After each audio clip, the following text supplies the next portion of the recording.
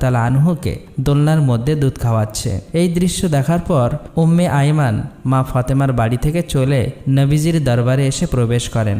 নবীজিকে সালাম দিয়ে উম্মে আইমান নবীকে বলেন, ইয়া রাসূলুল্লাহ, আমি কোনো এক দরকারে ফাতেমার বাড়িতে গিয়েছিলাম। তার ঘরের মধ্যে আমি এমন দৃশ্য দেখতে পেলাম। তারপর নবীজি উম্মে আইমানকে বলেন, আমার মেয়ে ফাতেমা রুটির জাতা পিষতে পিষতে ক্লান্ত শরীর নিয়ে ঘুমিয়ে পড়েন, কিন্তু তখনও তার তসবিহ পাঠ করা বাকি ছিল। তাই আমার আল্লাহ রাব্বুল আলামিন হযরত ফাতেমা রাদিয়াল্লাহু তাআলা আনহার ঘরে দুইজন ফেরেশতা পাঠিয়ে দেন।